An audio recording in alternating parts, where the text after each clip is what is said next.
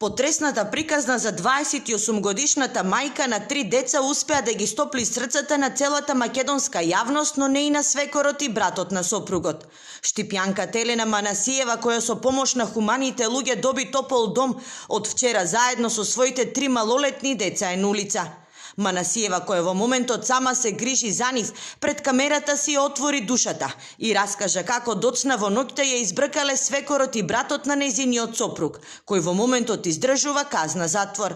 Вчера седевме доле, вчера свекорот со деверо рипнаа да ги тепа децата и ни спудио таму, кој сега јас таму кажу донесеа луѓето, ништо не можеме да земеме, ни ги дават алиштата, ни дават да улеваме у дворот, дворот го заклучил, не дава буквално ништо на децата да си земеме од тамото здоре да извадеме.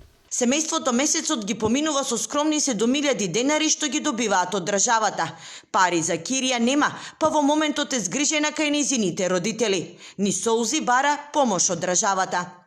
И сакам некаква помош од институциите, од градоначалникот да се помогне на децата.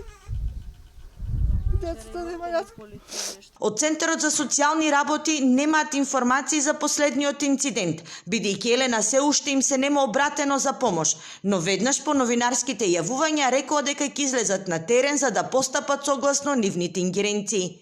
Многодетното семејство претходно живееше во куќерка која повеќе наликуваше на шупа отколку на дом.